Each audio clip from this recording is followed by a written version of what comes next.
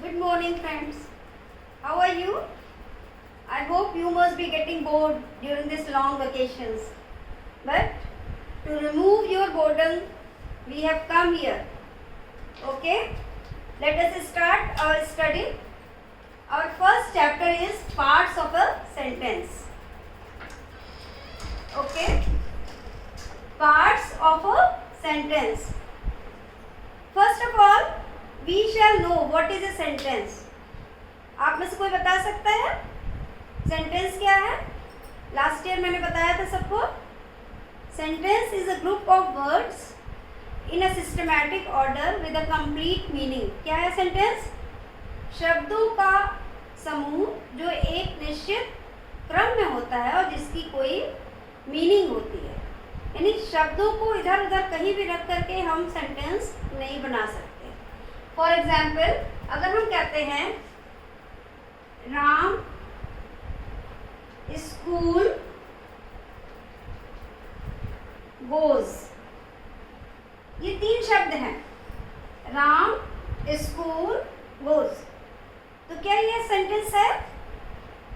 नहीं, ये सेंटेंस नहीं है. अब इसी को हम सेंटेंस के रूप में अगर करें तो कैसे बनेगा? राम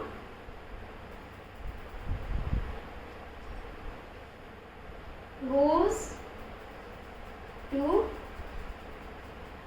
school.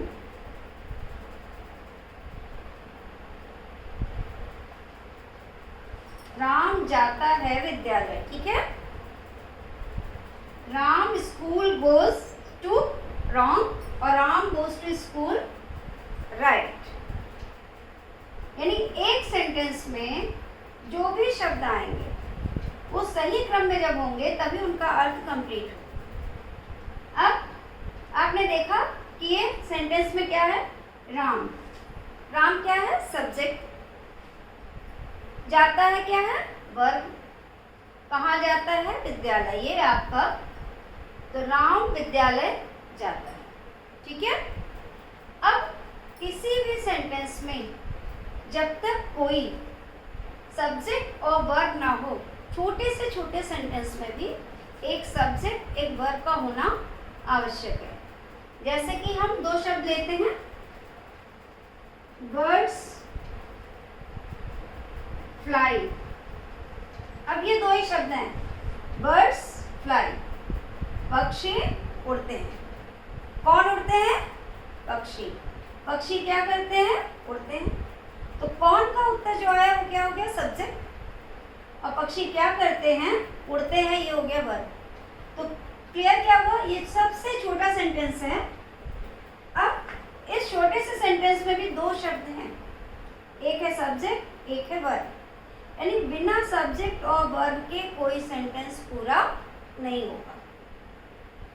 किसी भी सेंटेंस को पूरा करने के लिए एक सब्जेक्ट चाहिए और एक वर्ब चाहिए. दूसरा एग्जाम्पल लेते हैं हम. Mohan eats a mango. ठीक है. अब Mohan eats a mango, Mohan खाता है एक आम. Who eats a mango? Mohan. What does Mohan do? Eats a mango. तो हु का उत्तर जो आया वो क्या हो गया? सब्जेक्ट हो गया. और मोहन क्या खाता है? तो आम खाता है. ये हो गया उसका जो है प्रेडिकेट पार्ट्स. यानी ये वर्ब हो गया, ये ऑब्जेक्ट हो गया. अब हमें आपको क्या बताना है? Parts of a sentence. यानी किसी भी सेंटेंस के कितने हिस्से होते हैं. अब हिस्से में आपके क्या होंगे? दो मेन पार्ट्स होते हैं. एक होता है सब्जेक्ट, एक होता है प्रेडिकेट. सब्जेक्ट, किसी सेंटेंस का सब्जेक्ट हमें कैसे पता चलता है? कौन लगा करके. जैसे पहले सेंटेंस में who goes to school? Ram goes to school. Who fly? Birds fly. Who eats a mango? Mohan eats a mango. यानी आपका राम, बर्ड्स और मोहन, ये तीनों क्या हो गए? सब्जेक्ट. ठीक है। अब वेयर डज राम गो, तो goes to school. What does birds do? Fly. What does Mohan eat? Mango. या what does Mohan do? Eats a mango. तो ये हिस्सा आपका क्या हो गया? प्रेडिकेट। यहाँ से ये सेपरेट हो गया, सब्जेक्ट और ये हो गया predicate. Subject predicate, subject predicate. अब आपने देखा कि सब्जेक्ट में केवल एक ही शब्द आया, प्रेडिकेट में कई शब्द आए। तो आप ये सोचिए सब्जेक्ट केवल एक ही शब्द से होता है? नहीं, सब्जेक्ट में भी कई शब्द आते हैं, कोई जरूरी नहीं कि एक ही शब्द हो। अब सब्जेक्ट में भी आपका जैसे मान लीजिए आ गया ये the man is walking on the road. दिख रहा है बच्चों? The man is walking on the road. Question हमने लगाया who is walking on the road? Who is walking on the road? आया the man. What is the man doing? Is walking on the road. तो the man क्या हो गया? Subject हो गया। अब इस सब्जेक्ट में आपने देखा एक नहीं दो शब्द आ गए, द और मैन। द क्या है? आर्टिकल है, इसको डिटरमाइनर भी कहते हैं। और मैन आपका हेड वर्ड है या नाउन है। The man is walking on the road. ठीक है, आगे समझ में? अब यहाँ एक शब्द हम और भी ऐड कर सकते हैं, the old man is walking on the road। ठीक है, who is walking on the road? अब आपने बताया the old man is walking, यानी अब आपका तीन शब्द जो है सब्जेक्ट हो गया। बूढ़ा आदमी सड़क पर टहल, तो द क्या हो गया? डिटरमाइनर। ओल्ड क्या हो गया? एडजेक्टिव। और मैन क्या हो गया? हेडवर्ड हो गया। ठीक है, अब एक एग्जाम्पल और लेते हैं। The old man with a stick with a stick in his hand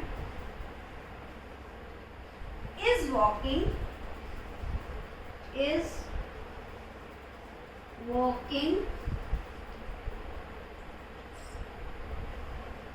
on the road। ठीक है, the old man with a stick is walking on the road. अब हम आपसे क्वेश्चन करते हैं, who is walking on the road? आप क्या बताएंगे? The old man with a stick in his hand. इतने सारे शब्द आपने आंसर दिया। सड़क पर कौन टहल रहा है? बूढ़ा आदमी हाथ में छड़ी लिए हुए। तो अब यहाँ कितने सारे शब्द हो गए? द आपका डिटरमाइनर था, ओल्ड एडजेक्टिव हो गया, मैन हेडवर्ड हो गया, और with a stick in his hand ये क्या है? Adjectival phrase. ये क्या है बच्चों? Adjectival phrase. तो क्रम क्या हो गया? सबसे पहले आया डिटरमाइनर, फिर हेडवर्ड, फिर एडजेक्टिव, फिर हेडवर्ड, फिर एडजेक्टिवल फ्रेज, और उसके बाद predicate. Is walking on the road. Clear हुआ? सबसे पहले फिर से एक बार देख लीजिए सेंटेंस। सेंटेंस किसको कहते हैं? किसी भी शब्दों का वह समूह जो सही क्रम में हो और जिसका एक कंप्लीट अर्थ हो, वो आपका सेंटेंस हो। वो छोटा हो बड़ा हो ये इम्पोर्टेंट नहीं है, लेकिन वो सही क्रम में हो, उसका अर्थ अपने आप में पूरा हो। जैसे एग्जाम्पल के लिए मैंने बताया आपको, राम स्कूल गोज टू, ये गलत सेंटेंस है, इसका कोई अर्थ नहीं है, लेकिन इन्हीं शब्दों को हमने नीचे दोबारा जब सही क्रम में लिखा, राम गोज टू स्कूल, तो उसका एक अपने आप में अर्थ है कि राम विद्यालय जाता है। फिर हमने एक दूसरा सेंटेंस दिया आपको, बर्ड्स फ्लाई, केवल 2 ही शब्द हैं इसमें, पक्षी उड़ते हैं। अब बर्ड्स क्या है, हु फ्लाई अगर हम पूछते हैं तो सब्जेक्ट, और फ्लाई पक्षी क्या करते हैं, उड़ते हैं, वर्ब। यानी आपका निकला क्या, जिस क्या निकला कि किसी भी सेंटेंस में सब्जेक्ट और वर्ब का होना जरूरी है। बिना सब्जेक्ट और वर्ब के कोई भी सेंटेंस पूरा नहीं होता। अब आपका जो टॉपिक है आज का है पार्ट्स ऑफ ए सेंटेंस। किसी भी सेंटेंस के कितने हिस्से हैं, तो हिस्से में आपका सबसे मेन पार्ट है, किसी भी सेंटेंस को हम 2 पार्ट में डिवाइड कर सकते हैं। पहला होगा आपका, मैं यहाँ लिख रही हूँ, सब्जेक्ट, और दूसरा होगा प्रेडिकेट। अब हमने आपको यह समझाया कि किसी भी सेंटेंस का सब्जेक्ट पता करने के लिए उस सेंटेंस में हु का प्रश्न बना करके हम पूछते हैं, और हु का आंसर जो मिलता है वो सब्जेक्ट होता है। जैसे Mohan eats a mango, question हमने बनाया हु ईट्स अ मैंगो, कौन खाता है आम, आपने कहा Mohan, Mohan subject. The man is walking on the road, आदमी सड़क पर टहल रहा है, who is walking on the road, the man is walking on the road. फिर the old man is walking on the road, तो who is walking on the road, the old man is walking on the road। 4th sentence में who is walking on the road, the old man with a stick in his hand is walking on the road। चारों sentence में एक में केवल Mohan subject है, दूसरे में the man में द आर्टिकल या डिटरमाइनर, मैन एडवर्ब हो गया। तीसरे सेंटेंस में आपका द ओल्ड मैन में द आर्टिकल, ओल्ड आपका एडजेक्टिव हो गया और मैन एडवर्ब हो गया। फिर 4th सेंटेंस में the article, old adjective, man adverb with a stick in his hand, adjectival phrase हो गया, और फिर is walking on the road predicate हो गया। इतना क्लियर हो गया बच्चों? इसको मिटा दूं, इसके आगे फिर बताती हूँ।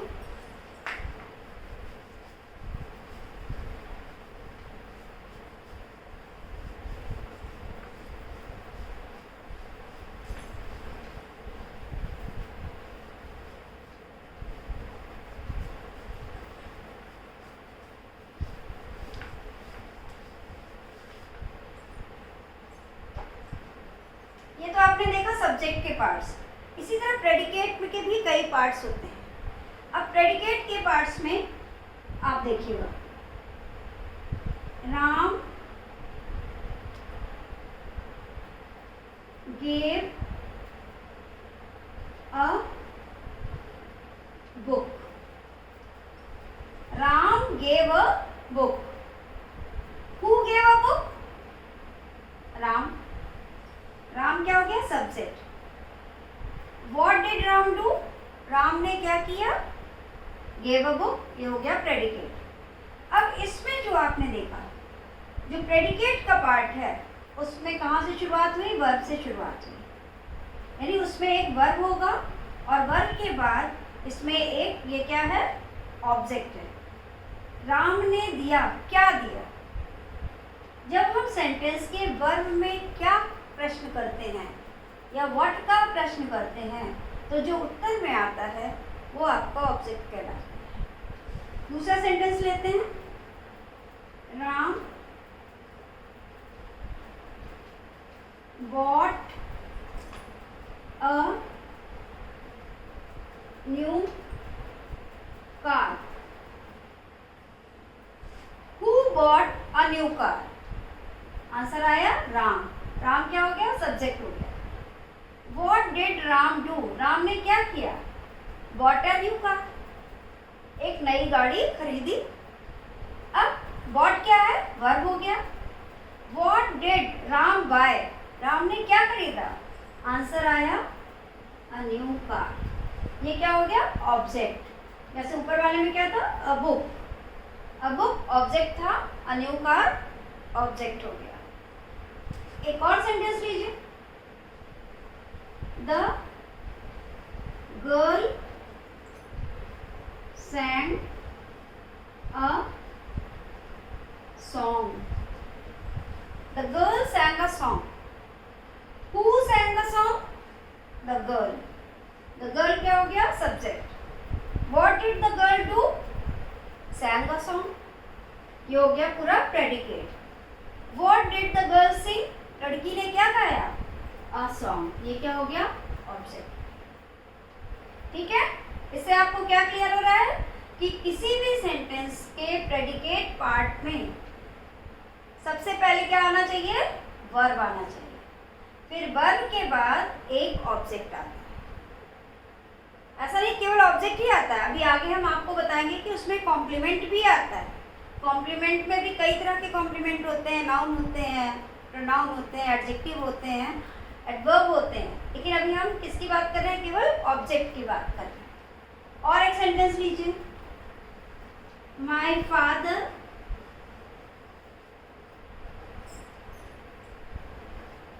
gave me a beautiful doll। आप सभी लड़कियां ना डॉल सबको पसंद होगी, इसीलिए मैंने डॉल लिखा है। My father gave me a beautiful doll. Who gave me a beautiful doll? My father. Subject हो गया। What did my father do? Gave me a beautiful doll. ये क्या हो गया? Predicate हो गया। What did my father give? A beautiful doll. अब a beautiful doll जो है ये आपका आंसर है। अब इसमें मी बच गया। अब आप कहेंगे मी तो आया नहीं, तो अब इसके लिए दूसरा क्वेश्चन हो जाएगा। Whom did my father give a doll? मेरे पिताजी ने एक सुंदर गुड़िया किसको दी? तभी आंसर में आया मी। अब यहाँ पे दो ऑब्जेक्ट हो गया, एक मी हो गया और एक ब्यूटीफुल डॉल। दो हो गया। अब जब दो हो गए तो अब इसको क्या करेंगे? जब दो लोग हो गए तो हम इसको एक को डायरेक्ट मानते हैं और एक को इनडायरेक्ट। डायरेक्ट ऑब्जेक्ट किसको कहते हैं? जो ऑब्जेक्ट निर्जीव होता है वो डायरेक्ट ऑब्जेक्ट होता है, और जिसमें प्राण होता है, जो किसी व्यक्ति के लिए आता है, वो आपका इनडायरेक्ट होता है। यानी कि ये sentence my father gave a beautiful doll अपने आप में कंप्लीट है। यदि मैं मी को हटा दूं इसमें से तो भी सेंटेंस पूरा है। लेकिन यदि मैं कहूँ माय फादर गेव मी और ब्यूटीफुल डॉल को हटा दूं तो ये सेंटेंस अधूरा हो जाएगा। यानी गेव का सीधा संबंध ब्यूटीफुल डॉल से है, मी से नहीं है। इसलिए मी जो है इनडायरेक्ट ऑब्जेक्ट हुआ और ब्यूटीफुल डॉल डायरेक्ट ऑब्जेक्ट। एक और एग्जांपल से समझते हैं। My friend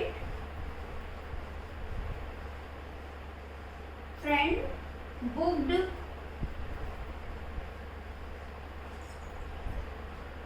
a taxi for me. My friend booked a taxi for me. मेरे दोस्त ने मेरे लिए एक टैक्सी बुक की। Who booked a taxi for me? My friend. What did my friend do? Booked a taxi for me. पूरा predicate हो गया। अब what did my friend book? मेरे मित्र ने क्या बुक किया? आंसर आया अ टैक्सी। अब फॉर मी छूट गया। जब फॉर मी छूट गया तो अब इसके लिए क्या करना है? तो फिर से हम क्वेश्चन करेंगे। For whom my friend booked a taxi. किसके लिए बुक किया? For me. आंसर आ गया फॉर मी। यानी आपका sentence my friend booked a taxi complete था, फॉर मी के बिना काम चल रहा था। ठीक है। अगर हम ये कहते हैं my friend booked for me तो अ टैक्सी के बिना सेंटेंस अधूरा है। इसलिए और टैक्सी हो गया डायरेक्ट ऑब्जेक्ट, फॉर मी हो गया इनडायरेक्ट ऑब्जेक्ट। अब इन दोनों सेंटेंस में आपको कोई अंतर दिख रहा है, कोई डिफरेंस दिख रहा है? नहीं समझ में आया? देखिए मैं बता रही हूँ, मी यहाँ पर जो है इनडायरेक्ट ऑब्जेक्ट है जो कि गेव के जस्ट बाद में आया है, और यहाँ पर my friend book the taxi वाले सेंटेंस पे फॉर मी टैक्सी के बाद आया है। दोनों में अंतर क्या हो गया? यहाँ मी के पहले कोई प्रीपोजिशन लगाने की आवश्यकता नहीं पड़ी और यहाँ मी के पहले फॉर लगाने की आवश्यकता हुई।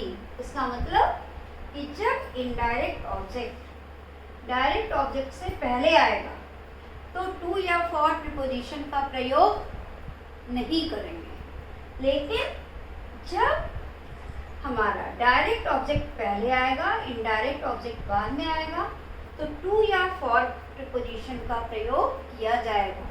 यदि को अर्थ आता है तो टू लगता है, यदि ये अर्थ आता है तो फॉर लगता है। एक को का भी एग्जाम्पल दे देते हैं। You gave a book to me. अब यहाँ देखिए, who gave a book to me? You. You क्या हो गया? सब्जेक्ट हो गया। What did you do? Gave a book to me? तुमने क्या किया? तुमने मुझे किताब दी। अब what did you give? A book. A book direct object हो गया, to me इनडायरेक्ट ऑब्जेक्ट। मुझको, जहाँ को आ गया वहाँ टू लग गया, और जहाँ मेरे लिए आया था वहाँ पर फॉर आ गया। क्लियर है सबको? आज यही कंप्लीट कर दें, इसके आगे का हम नेक्स्ट क्लास में करते हैं। आज के लिए होमवर्क थोड़ा सा आप लोग नोट करिए। बच्चों आपका जो है ग्रामर का सिलेबस सेम है, जो आपने 9th में पढ़ा था सब कुछ वही है, बस हम लोगों को फिर से एक बार उसको सबका रिवीजन करना है, ठीक है? इसलिए आपके पास ग्रामर की बुक जो अभी नई बुक नहीं आई है, तो लास्ट ईयर की 9th वाली बुक से भी आप जो है ग्रामर का रिवीजन कर सकते हैं, और नई बुक आप ई बुक जो है डाउनलोड कर लीजिए, या आपकी जो सीनियर्स हैं जो इस साल उन्होंने बोर्ड का 10th का दिया था, आपके आस पड़ोस में होंगी, आप उनसे फ़ोन पे बात करके अगर वो बुक देना चाहें तो उनसे बुक ले सकती हैं, और वरना आप ई बुक डाउनलोड कर लीजिए। और जब तक बुक नहीं आ रही है, हम लोग कोशिश करते हैं कि हम ग्रामर ज़्यादा पढ़ेंगे, और बुक्स को मैं पोएम्स वगैरह कोशिश करूँगी कि मैं आपको पोएम्स पढ़ा दूँ, क्योंकि पोएम्स तो मैं चार्ट में लिख सकती हूँ, चैप्टर तो लिखना पॉसिबल नहीं होगा, इसलिए मैं ये करती हूँ। और मैं आपको कुछ चीज़ें लर्न करने के लिए देती हूँ। जैसे आपको हमने लास्ट ईयर दिया था कि आप वर्ब के 3 फॉर्म्स याद करिए। हाथ उठाइए, कितने बच्चों ने याद किया? तो अब ये जो छुट्टियाँ हैं ना, इसमें आप पूरी तरह से याद कर डालिए। वर्ब के 3 फॉर्म्स बहुत इंपॉर्टेंट है, पूरे ग्रामर की रीढ़ की हड्डी है। आप चाहे ट्रांसलेशन करें, एक्टिव पैसिव करें, डायरेक्ट इनडायरेक्ट करें, कुछ भी करेंगे आपको वर्ब के 3 फॉर्म्स आने ही चाहिए। तो आप उसे याद कर डालिए, कुछ ऐसे याद कर लीजिए। और बहुत इम्पॉर्टेंट है कि इस बार आपके एग्ज़ाम में कोरोना वायरस के ऊपर कुछ ना कुछ टॉपिक जरूर आएगा, इसलिए कोरोना वायरस, लॉकडाउन, इन सब टॉपिक्स पे थोड़े थोड़े कुछ सेंटेंस आप तैयार कर लीजिए, जो आपके होम एग्जामिनेशन में भी काम आएगा, कि बोर्ड एग्जामिनेशन में भी आएगा, और इस तरह से आप इसकी तैयारी कर लीजिए, ठीक है? और ना कुछ समझ में आएगा तो आप मुझसे, आप अपने जो है व्हाट्सएप ग्रुप जो बना है उससे पूछ सकती हैं, और क्वेश्चन आंसर जो भी आपको चाहिए आप कर सकती हैं। और जितना मैंने पढ़ाया है इसको खूब अच्छी तरीके से रिवाइज करिएगा, अपनी बुक्स में जो एक्सरसाइजें करिएगा। इसके आगे जब हम और पढ़ा लेंगे तब हम लोग करेंगे रीऑर्डरिंग ऑफ सेंटेंस वाला, जो आपको सेंटेंस को कैसे सही क्रम में शब्दों को लगा करके बनाना है। ठीक है? ओके बच्चों, बाय।